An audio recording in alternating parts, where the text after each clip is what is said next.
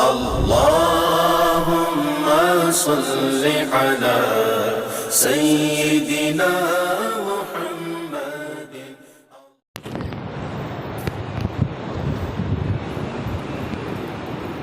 السلام علیکم ورحمۃ اللہ تعالی وبرکاتہ.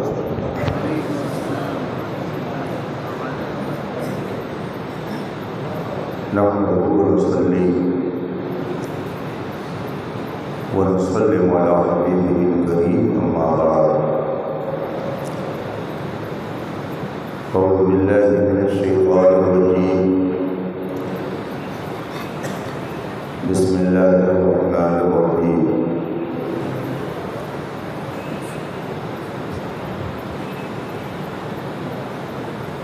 إن الذين آمنوا وعملوا الصالحات سيجعل لهم الرحمن ودا.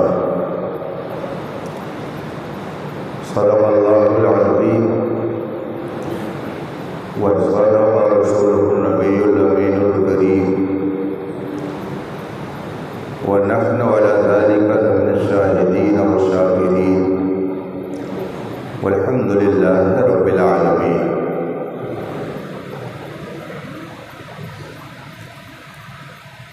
بزم پاک میں جلوہ فرما اساتین ملت، حاضرین باوقار، بالخصوص شہزادہ حضور صدر الشریعہ ممتاز الفقہاء سلطان المناظرین حضور محدث کبیر دعوت برکاتہ العالیہ،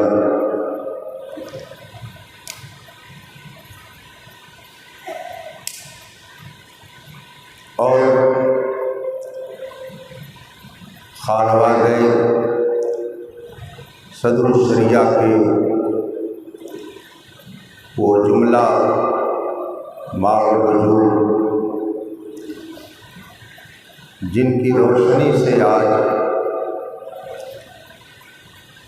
صرف بر صغیر ہی نہیں بلکہ دنیا کا بے شمار خطہ روشنی پا رہا ہے. حضور صدر الشریعہ خلیفہ اعلیٰ حضرت قدس سرہ کا یور سے مبارک جو حالات کے پیش نظر محدود پیمانے پر منعقد ہے، ہمارے اور آپ کے لیے نہایت سعادت کی بات ہے کہ ان حالات میں بھی ہم اور آپ صاحب عرص سے فیوض و برکات لینے کے لیے یہاں حاضر ہو گئے. مجھ سے پیشتر آپ حضرات نے بہت معلوماتی خطاب اور تقریر سماعت فرمائی، اور ابھی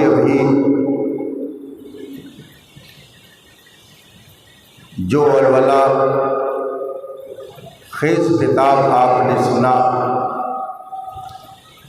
انشاءاللہ اس کی دھمک بہت دنوں تک پوری دنیا میں محسوس کی جائے گی.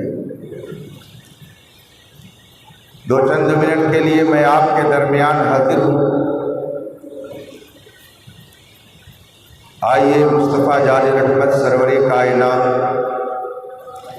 فخر موجودات علی تحیت و ثنا کی بارگاہ قدس میں درود و سلام کا نذران عقیدت پیش کریں اور پڑھیں. اللہم صلی علی سیدنا و مولانا محمد معدن الجود والکرم و آلہ الکرام اجمعین.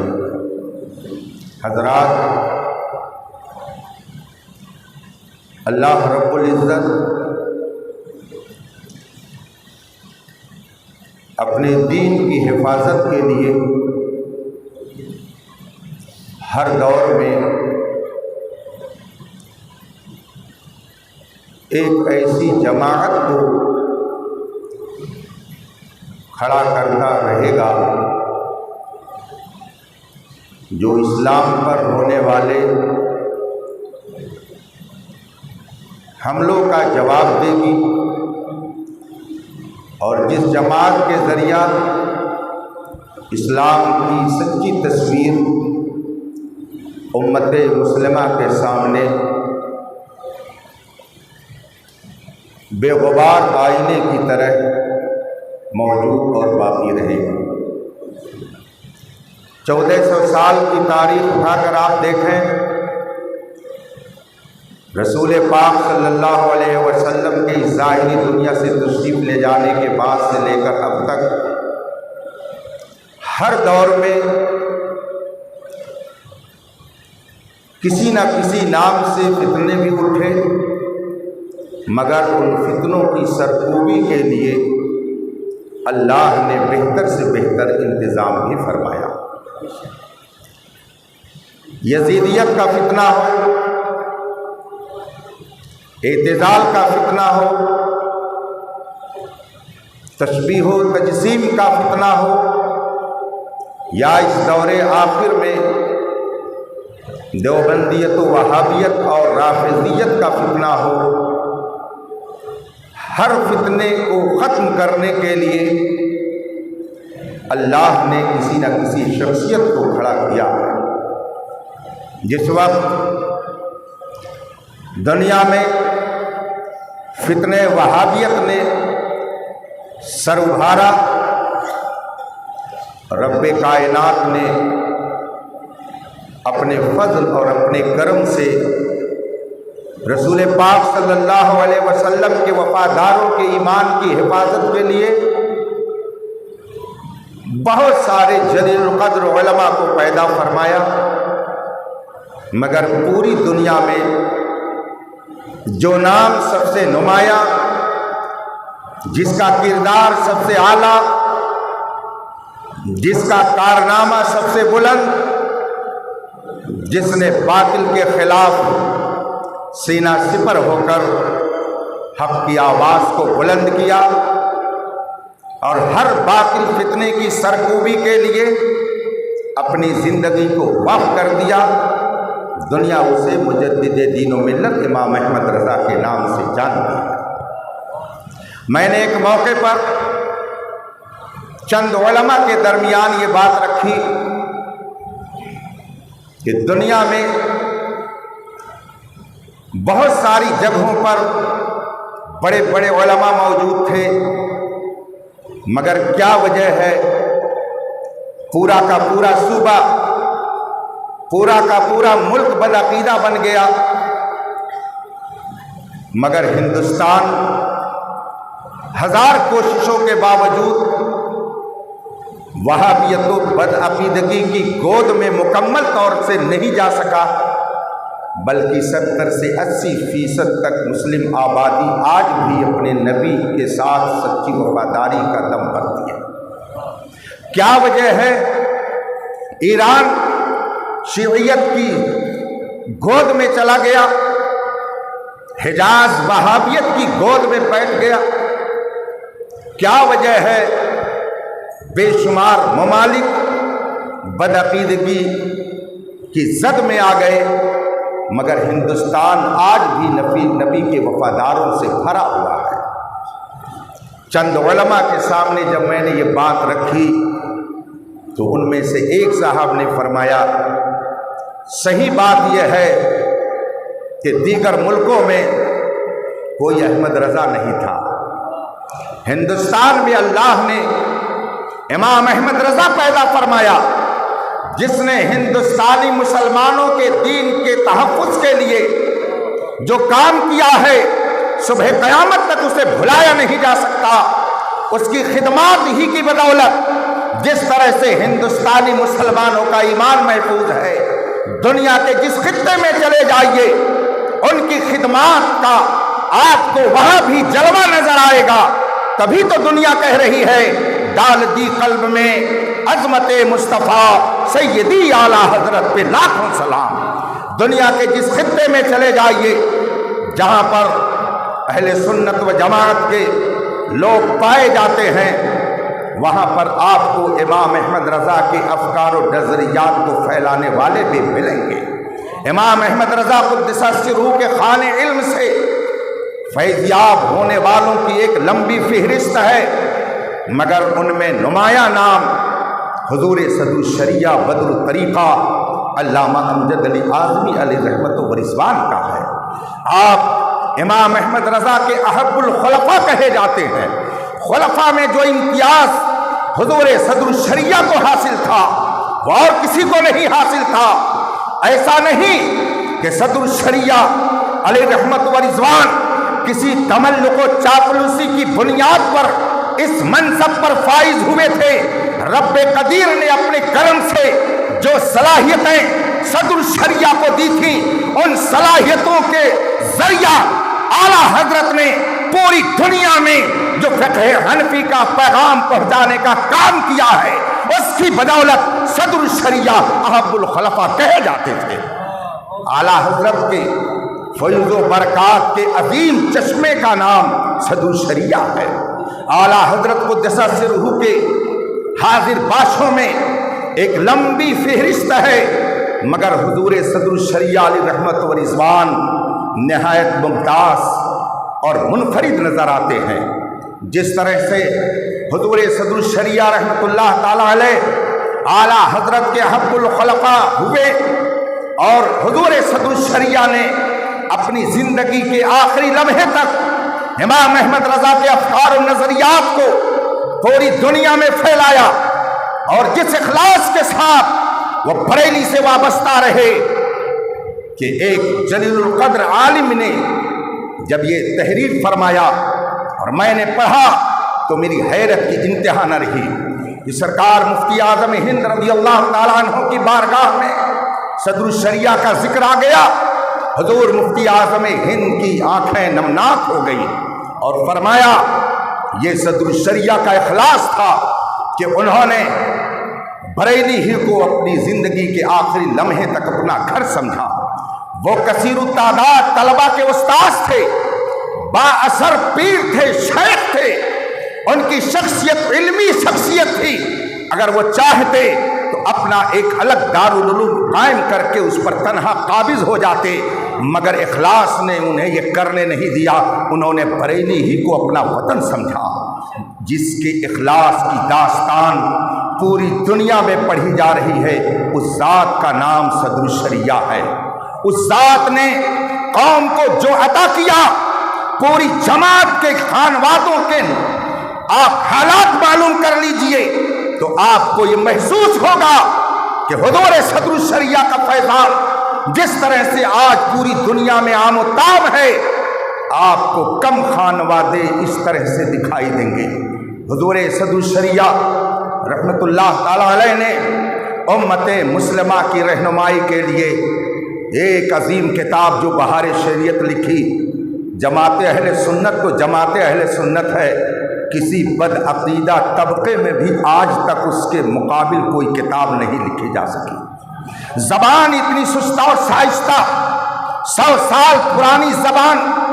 آپ دوسرے مکتبہ فکر کی کتاب کو اٹھا کر کے دیکھیں، بہشتی زیور پڑھیں، غالباً اسی زمانے میں وہ کتاب بھی لکھی گئی، مگر اس کی زبان آپ دیکھیے اور بہار شریعت کی زبان آپ دیکھیے تو آپ کو کھلا ہوا فرق محسوس ہوگا۔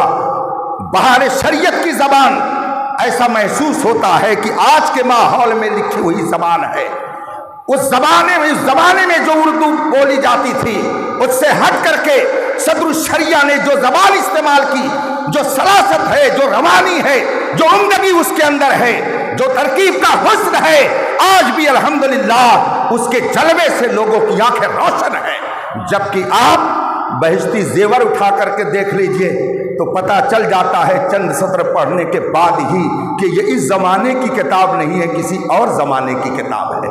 میں اسے بھی صدر الشریعہ کی ایک کرامت کہتا ہوں، ایک کرامت سمجھتا ہوں کہ 100 سال پہلے جو زبان استعمال کی گئی اس کا جادو آج بھی لوگوں کے سر چڑھ بول رہا ہے۔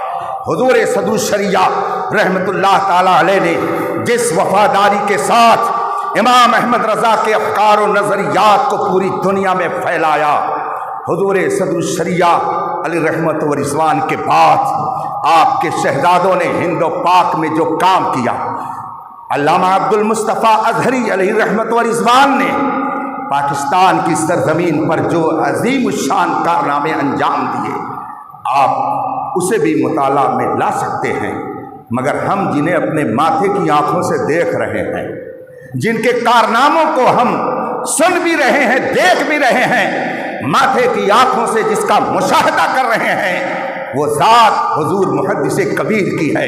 ہندوستان کے جتنے وہ خانوادے جو اعلیٰ حضرت کے خلفاء کے خانوادے ہیں، جہاں جہاں اعلیٰ حضرت کے خلفاء موجود تھے، آپ ہندوستان پر نظر دوڑا کر کے دیکھ لیجئے، ان خلفاء اعلیٰ حضرت کے شہزادگان میں ایک ذات محدث کبیر کی ملے گی کہ کل جس طریقے سے مسلک اعلیٰ حضرت پر حضور صدر الشریعہ مضبوطی سے قائم تھے، آج ان کا شہزادہ ہی نہیں بلکہ پورا خانوادہ انہی افکار اور انہی نظریات کو لے کر کے پوری دنیا میں اپنی خدمت وقف کیے ہوئے ہے۔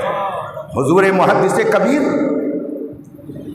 کے بارے میں ابھی بہت شاندار باتیں آپ نے خطیب لاسانی، خطیب ہردل عزیز، معتمد و مستند حضور محدث کبیر علامہ مفتی شمشاد صاحب قبلہ سے آپ نے سماعت کیا۔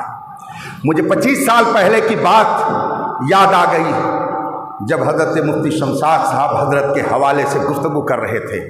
یہ لفظ ممتاز الفقہا یہ غالباً اسی شاگرد نے پہلی بار استعمال کیا تھا جس کے تعلق سے ابھی بہت ساری باتیں آپ نے سماعت کر لی ہیں۔ جب آج سے 25 سال پہلے سن 1994 میں فقہی سیمینار میں شرکت کرنے کے لیے پہلی بار حاضر ہوا، حضور محدث کبیر کی تنقیح، آپ کی تدقیق اور باریک بینی اور پھر بحث و مباحثہ جس انداز سے لوگوں نے دیکھا اور ایک ایک مسئلے پر ایسی جرح و قدح اور اس طریقے سے آپ نے تدقیق اور تحقیق کے دریا بہائے، اسی موقع پر اسی صاحب نے کہا تھا کہ محدث کبیر تنقیح کے بادشاہ ہیں۔ جو کل تک تنقیح کا بادشاہ تھا، آج بادشاہ کے چپراسی کی حیثیت بھی تمہارے نزدیک غالباً نہیں ہے۔ یہ انقلاب کیوں آ گیا؟ نظریں بدل گئیں تو نظارے بدل گئے۔ اللہ تبارک و تعالی ایسوں کی اصلاح فرمائے اور ہمیں اپنے اسلاف کے نقش قدم پر چلنے کی توفیق عطا فرمائے۔ مجھے اچھی طرح سے یاد ہے جب گفتگو ہو رہی تھی شیئر بازاری کے حوالے سے، گفتگو ہو رہی تھی انشورنس کے حوالے سے، جیون بیمہ کے حوالے سے، اور جب حضور محدث کبیر کے سامنے لا کر کے انہوں نے اپنی باتوں کو رکھا اور اعتراض در اعتراض حضور محدث کبیر نے ایک ایک جملے پر جب فقہیات کی روشنی میں گفتگو شروع کی، سب حیران و پریشان تھے اور ان کو کہنا پڑا کہ یہ صرف فقیہ ہی نہیں ہے بلکہ اپنے دور کا ممتاز الفقہا ہے۔ جو ممتاز الفقہا ہو، جو محدث کبیر ہو، اگر کوئی اسے آنکھ دکھانے کی کوشش کر رہا ہے تو گویا یہ ہمالیہ پہاڑ سے ٹکرانے کی ناکام کوشش کر رہا ہے۔ اللہ تبارک و تعالی اپنے حبیب کے صدقے میں انہیں سمجھ عطا فرمائے۔ ابھی حضرت علامہ مفتی شمشاد صاحب نے فرمایا کہ یہاں عید کر رہے ہیں اور دوسری جگہ کہہ رہے ہیں کہ مطلع صاف تھا، وہ عید غلط ہوئی، وہ کسی اور جگہ کی بات نہیں، وہ میرے شہر خلیل آباد ہی کی بات ہے۔ ایک صاحب نے خلیل آباد سے یہاں فون کیا اور کہا کہ آپ بتائیے مطلع کیسا تھا، شہادت کیسی تھی؟ تو انہوں نے کہہ دیا کہ مطلع تو یہاں پر صاف تھا، اس لیے وہ شہادت صحیح رہی۔ بعد میں جب میں نے معلوم کیا تو وہی بات ثابت ہوئی جو ابھی حضرت نے فرمائی ہے کہ انہوں نے بھی عید جمعرات ہی کو کی۔ اب اس کو نفاق کہا جائے کہ کیا کہا جائے، کہ ایک طرف تمہارے نزدیک عید صحیح نہیں ہے اور دوسری طرف تم عید کر رہے ہو، اس کا مطلب ہے کہ تمہیں شریعت نہیں پیاری ہے، تمہیں اپنی طبیعت پیاری ہے۔ جب تم نے چاہا حضور محدث کبیر سے بغض ظاہر کر دیا، اور جب دیکھا کہ حالات کچھ اور ہیں تو انہی کے صف میں مل کر کے تم بھی اللہ اکبر کہہ کے کھڑے ہو گئے۔ اللہ تبارک و تعالیٰ ایسے لوگوں کی بھی اصلاح فرمائے۔ رفیقان محترم، اس وقت ہم لوگ جس مسجد میں بیٹھ کر یہ عظیم الشان پروگرام دیکھ رہے ہیں اور اس میں شرکت کر رہے ہیں، یہ مسجد بھی حضور محدث کبیر کی محنتوں کا نتیجہ ہے۔ گھوسی کو حضور محدث کبیر کی ذات نے پوری دنیا میں متعارف کرایا ہے۔ وقار کی نظر سے گھوسی کی سرزمین کو اگر لوگ دیکھتے ہیں تو جب گھوسی کا ذکر آتا ہے تو حضور محدث کبیر کا سراپا لوگوں کے ذہن میں آ جاتا ہے۔ حضور محدث کبیر نے گھوسی کو وہ نعمتیں دی ہیں، علماء کا ایک جمع غفیر دیا ہے۔ آج پورے ہندوستان میں جب کسی شاندار خطیب کو بلانے کی بات کی جاتی ہے، بدعقیدوں سے مناظرے کی بات کی جاتی ہے، تو جن چند شخصیتوں پر لوگوں کی نظریں ٹھہرتی ہیں، انہی شخصیتوں میں سے حضور محدث کبیر کے شاگرد رشید مناظر اہل سنت مفتی شمشاد صاحب پر بھی لوگوں کی نظریں جاتی ہے۔ پورے ہندوستان میں کہیں بد مذہبوں کا جواب دینے کی بات آتی ہے، بلکہ بڑے بڑے اداروں کے بیچ میں کوئی پہنچ کر کے اگر اہل سنت کو چیلنج کرتا ہے تو ان کی زبانیں گنگ ہو جاتی ہیں۔ اگر کوئی ان کا جواب دینے کے لیے پہنچتا ہے تو وہ گھوسی کا شہزادہ مناظر اہل سنت جو شاگرد رشید ہے محدث کبیر کا مفتی شمشاد صاحب کی ذات پہنچتی ہے۔ جب بدعقیدوں کے جواب کی بات آتی ہے تو لوگوں کی زبانیں گنگ رہتی ہیں، اور جب استاذ پر کیچڑ اچھالنے کی بات آتی ہے تو فوراً ویڈیو بنا کر کے لوگ اس کو نشر کرتے ہیں۔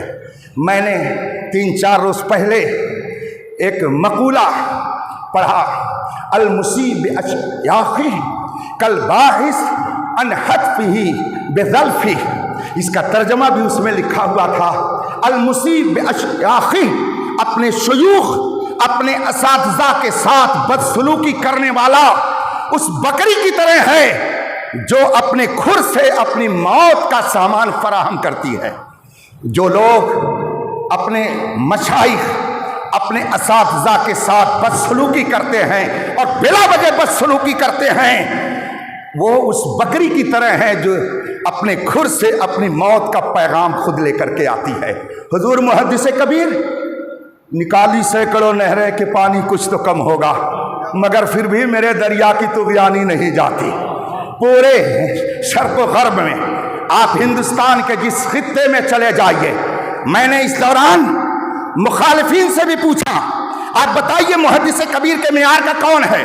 علم حدیث میں ان کے معیار کا کون ہے؟ علم فقہ میں ان کا ہم پلہ کون ہے؟ تقوی اور طہارت اور احتیاط میں ان کے برابر کون ہے؟ حق گوئی اور بے باکی میں ان کا مد مقابل کون ہے؟ اور اس عمر کو پہنچ کر کے مسلک کا درد رکھ کر قوم میں جانے والا، اس عمر میں اپنے آرام کو تجنے والا کون ہے؟ تو برجستہ کہتے ہیں کوئی اور نہیں، محدث کبیر ہے۔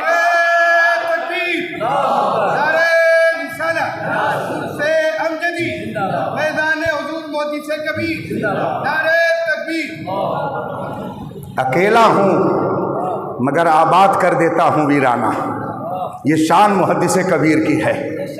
اکیلے ہیں مگر حضور تاج الشریعہ کی زبان میں یہ تنہا نہیں ہے، ایک انجمن ہے، ایک انجمن کا نام محدث کبیر ہے، علم کی اکیڈمی کا نام محدث کبیر ہے، تقوی اور طہارت کے بلند مینار کا نام محدث کبیر ہے، فضل و حکمت کے چمکتے چاند اور سورج کا نام محدث کبیر ہے۔ جو چاند پر تھوکتا ہے، تھوک چاند پر نہیں جاتا ہے، خود اس کے منہ پر آتا ہے۔ لوگ دیکھ رہے ہیں ذلت کون اٹھا رہا ہے اور کس کی بارگاہ میں لوگ عقیدتوں کے پھول نچھاور کر رہے ہیں۔ رفیقان محترم، ہم اور آپ بہت خوش نصیب ہیں کہ آج ہمارے درمیان حضور محدث کبیر جلوہ فرما ہے۔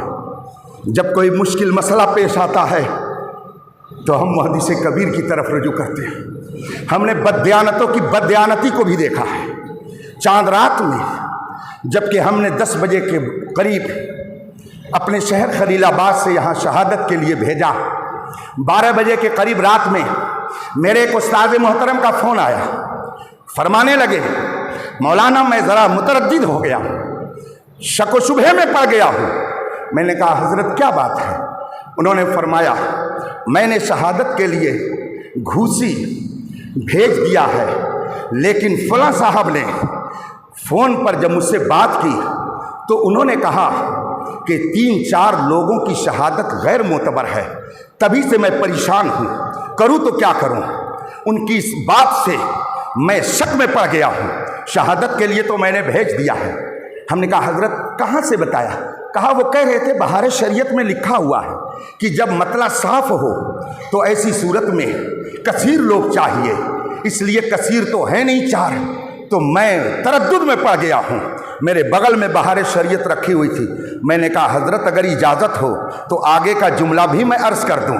فرمانے لگے کیا ہے؟ اس کے آگے یہ مسئلہ اور بھی تفصیل سے کچھ بتایا گیا ہے۔ میں نے کہا ہاں، بہار شریعت میں آگے یہ بھی لکھا ہوا ہے کثیر لوگ چاہیے، اور کتنے لوگ چاہیے یہ قاضی سے متعلق ہے، جتنے سے اس کو غالب گمان ہو جائے وہ فیصلہ دے دے گا۔ جو ہی میں نے یہ عبارت پڑھی تو فرماتے ہیں کہ یہ تو مسئلہ ہی بدل گیا، مجھ کو تو اتنا ہی بتایا گیا تھا۔ میں نے کہا میں تقریباً 25 سال سے جانتا ہوں جو لوگ اس طرح کی بددیانتی کرتے ہیں ان کو بے نقاب کرنے کی ضرورت ہے۔ احتیاط اس لیے کی جاتی ہے کہ جماعت کا شیرازہ منتشر نہ ہو، لیکن جو لوگ جماعت کا شیرازہ منتشر کر رہے ہیں ان فتنوں کو بے نقاب کرنے کے لیے ہمارے مفتی شمشاد تنہا کافی ہیں۔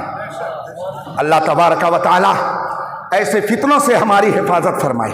متعدد بار ایسا ہوا، مطلب کی عبارت کو سنا دیا اور جو اپنے مخالف عبارت تھی اس پہ ہاتھ رکھ دیا۔ ابھی گزشتہ سال لاک ڈاؤن کے جب ابتدا ہوئی ہے، جمعہ کا مسئلہ آیا، اذن عام کا معاملہ آیا، ساری کتابوں میں لکھا ہوا ہے کہ اگر لوگ مسجد میں اکٹھا ہو گئے اور دروازہ بند کر لیا تو جمعہ نہیں ہوگا۔ بہار شریعت میں بھی یہ لکھا ہوا۔ اس وقت نہ انہیں بہار شریعت یاد آئی، نہ اس وقت انہیں فتاوی رضویہ کی بات یاد آئی، نہ انہیں فتاوی عالمگیری کی بات یاد آئی، نہ انہیں اور کتب معتبرہ کی بات یاد آئی، چونکہ وہ یہ دیکھ رہے تھے لوگ کیا چاہتے ہیں۔ اسی لیے میں کبھی کبھی کہتا ہوں کہ کچھ لوگ چہرہ دیکھ کر کے فتویٰ دیتے ہیں، مگر جو مسلک اعلیٰ حضرت پر سختی سے قائم ہیں وہ چہرہ دیکھ کر فتویٰ نہیں دیتے بلکہ کتاب دیکھ کر فتویٰ دیتے ہیں۔ جو لوگ چہرہ دیکھ کر کے فتویٰ دیں گے چہرہ بدلے گا، فتویٰ بدلے گا۔ یہی وجہ ہے کہ ان کے فتوے بدلتے رہتے ہیں۔ جب کوئی پوچھتا ہے فلاں کی تعریف کیا ہے تو جواب دیتے ہیں یہ کفر ہے، تجدید ایمان لازم ہے، مگر جب چہرہ بدل جاتا ہے تو کل تک جو بات کفر تھی بعد میں وہی بات ایمان بن جاتی ہے۔ خود بدلتے نہیں، قرآن کو بدل دیتے ہیں۔ ہوئے کس درجہ فقیہان حرم بے توفیق۔ اللہ تبارک و تعالی ہمیں فتنوں سے محفوظ رکھے اور حضور محدث کبیر دامت برکاتہم العالیہ کو عمر طویل عطا فرمائے۔ ان کے فیض و برکات سے عالم اسلام یوں ہی مستفیض ہوتا رہے۔ یہ اللہ کی ایک عظیم نعمت ہے۔ حضور محدث کبیر رب کا ایک عظیم تحفہ ہیں، جماعت اہل سنت کی شان ہیں، جماعت اہل سنت کی آبرو ہے، فقہ حنفی کے سچے ترجمان ہیں، مسلک اعلیٰ حضرت کے نگہبان اور پاسبان ہیں۔ جو ان سے ٹکرائے گا وہ چور چور۔ وآخر دعوانا ان الحمدللہ رب العالمین۔ السلام۔